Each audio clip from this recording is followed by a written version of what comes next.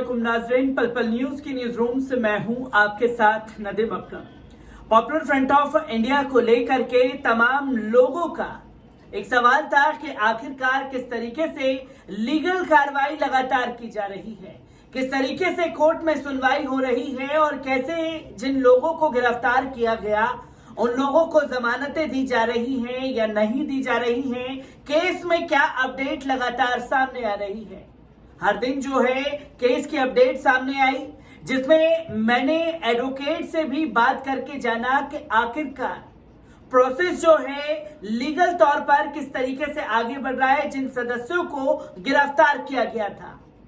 और इसके बाद जो जानकारी लगातार सामने आई कि कानून मंत्रालय ने अब अपने जज को नियुक्त कर दिया है, जो कि पॉपुलर फ्रंट ऑफ इंडिया से जुड़े हुए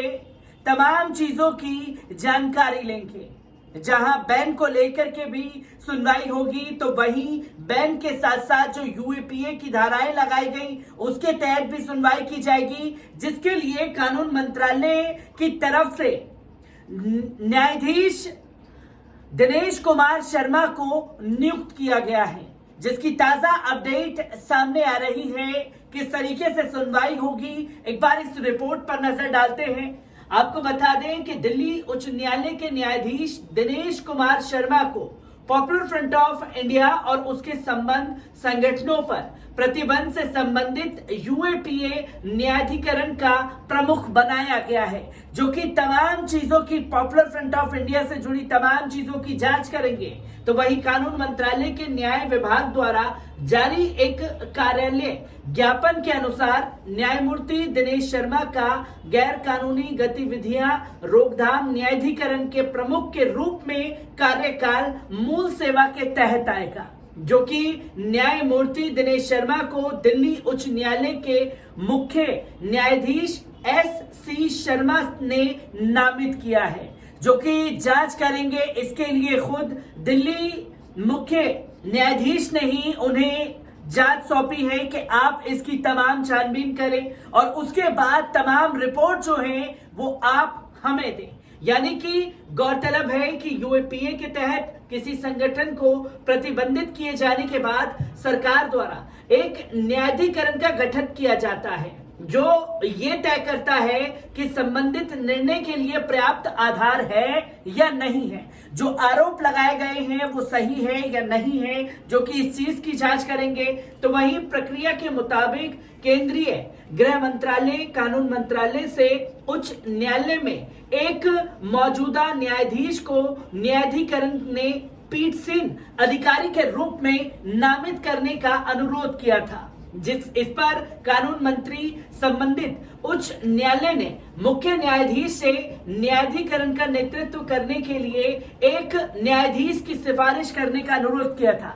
जो कि खासतौर पर कानून मंत्रालय और गृह मंत्रालय द्वारा ये मांग की गई थी। और उन्हीं की मांग के बाद जो है दिल्ली उच्च न्यायालय के न्यायाधीश ने दिनेश शर्मा को तमाम चीजों की जांच करने के लिए कहा है। इसी के साथ साथ आपको बता दें कि न्याय विभाग ने 3 अक्टूबर को कार्यालय ज्ञापन जारी किया था। सरकार ने 28 सितंबर को खड़े आतंकवाद रोधी कानून के पीएफआई और उसके संबंध संगठनों पर 5 साल के लिए बैन लगा दिया है, जिसकी तमाम जानकारी जो है वो सामने आई है, जिसमें न्यायाधीश जो कि जज हैं वो खुद जांच करेंगे इसकी, जिसमें दिनेश शर्मा का नाम सामने कानून मंत्रालय और गृह मंत्रालय द्वारा किया गया है, जो कि रिपोर्ट न्यायाधीश को सौंपेंगे। ये मांग भी सरकार द्वारा की गई थी। इसी के साथ साथ आपको बता दें कि पॉपुलर फ्रंट ऑफ इंडिया के गिरफ्तार सदस्य दिल्ली हाईकोर्ट पहुंचे हैं। जिन लोगों को दिल्ली से गिरफ्तार किया था वो दिल्ली हाईकोर्ट पहुंचे हैं और एफआईआर की कॉपी मांगी है,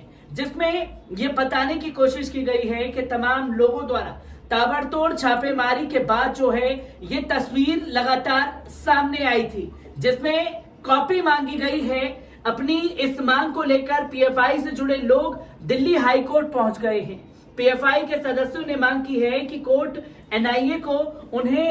एफआईआर की कॉपी देने का आदेश दे। याचिका पर 7 अक्टूबर को सुनवाई होनी है।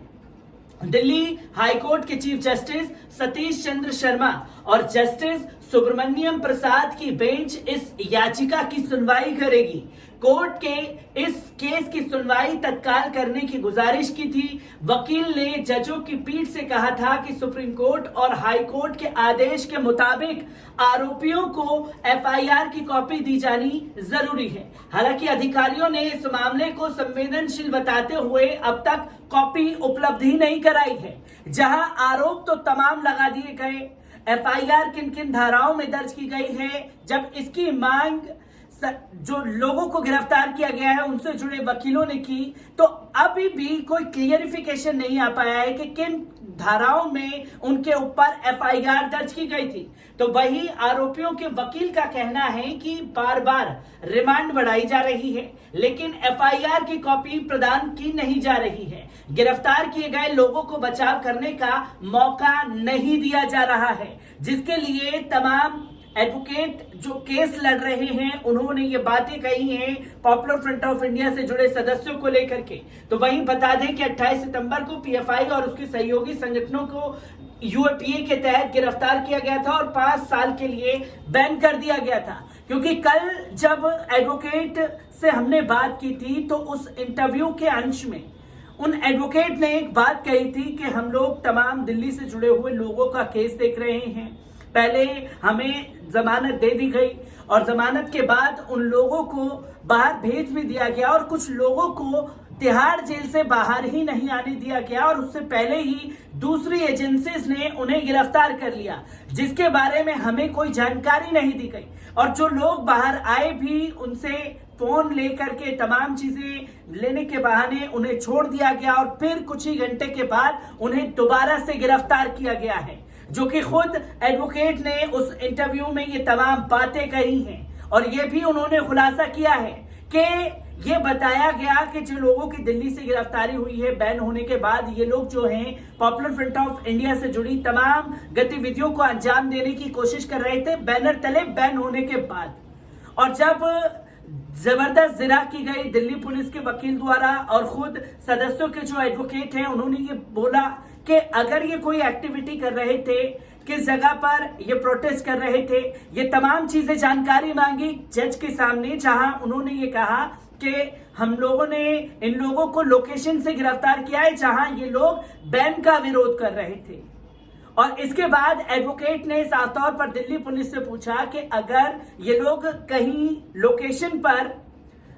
प्रोटेस्ट कर भी रहे थे तो उस प्रोटेस्ट की जगह का नाम बताइए, मैं जाकर के वहां से तमाम सीसीटीवी फुटेज जो है वो निकाल करके ले आऊंगा और अगर ये लोग कसूरवार होंगे तो इन्हें सजा जरूर मिलनी चाहिए, जिसके बारे में बताने की कोशिश की गई है।